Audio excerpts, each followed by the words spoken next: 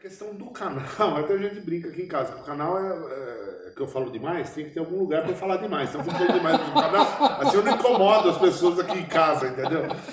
Você pega uns loucos que também gostam da arte, igual nós, né? O canal nasceu naturalmente. Eu sei lá, essa história do vídeo, nós somos de uma geração que o vídeo era uma coisa mágica. Era isso. Eu não tive em casa filmadora, não sei vocês.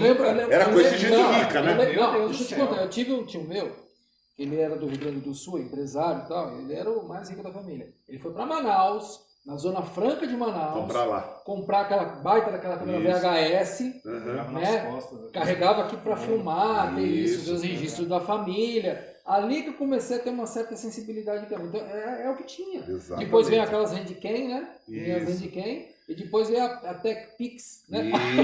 Isso, exatamente. E aí começa a evolução através do próprio celular, para você conseguir capturar as imagens e transformar o que nós estamos vivenciando hoje. Eu tinha uma coisa, como a minha família é uma família de pessoas de muita idade, né? Os meus tios e o meu pai, eu sempre ficava com isso na cabeça. Antes do celular gravar, antes de existir o celular que gravava, eu falei assim, pô, eu devia em algum momento ter feito um investimento para eu gravar imagens da minha família. Mas e a gente não teve isso. Não teve. Então, quando eu comecei a gravar, colocar essas coisas, eu pensei de uma maneira, vamos dizer assim, imortalizar isso que nós estamos fazendo. A ideia inicial era essa. Sim. Eu não estava pensando no público.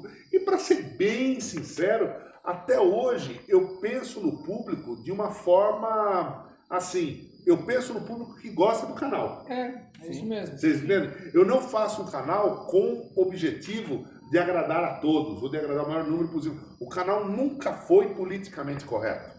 E acredito que nunca será, porque eu não sou politicamente correto. Eu sou um cara que fala o que eu sinto. Mas os caras são mais farceta, né? Você entendeu? Mas tudo que vai falar. Aí...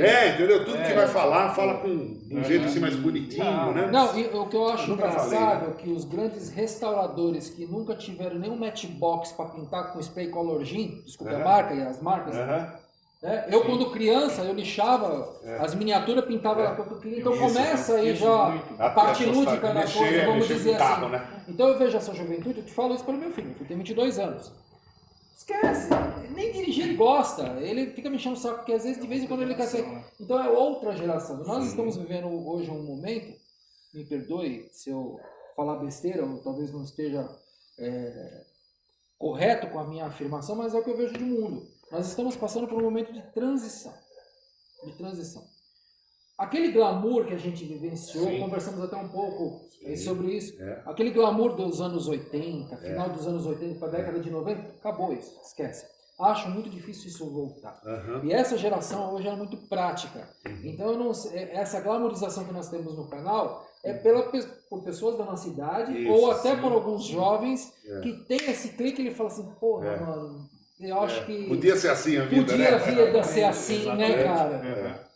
A pessoa que abriu mão de andar de carro para usar Uber, porque acha que é mais só chegar com o Uber e precisar estacionar. Ao invés de usar o próprio carro. E tudo que vem junto com esse pensamento... Não precisa nem dirigir. Exatamente. Não sei, eu falo por mim. É um prazer dirigir. Claro, exatamente. Eu adoro dirigir.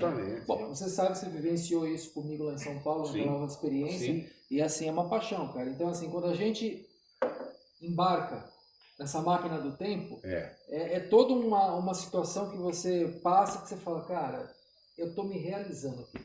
A minha realização pessoal de vida é isso. Eu sou apaixonado pelo que eu faço, eu amo o que eu faço, com a condução das limusines, muitas pessoas devem conhecer, e não acredito que seja diferente aqui também, porque isso aqui é paixão também. Total. Já dirigi ônibus da Cometa também, cara, é outro mundo.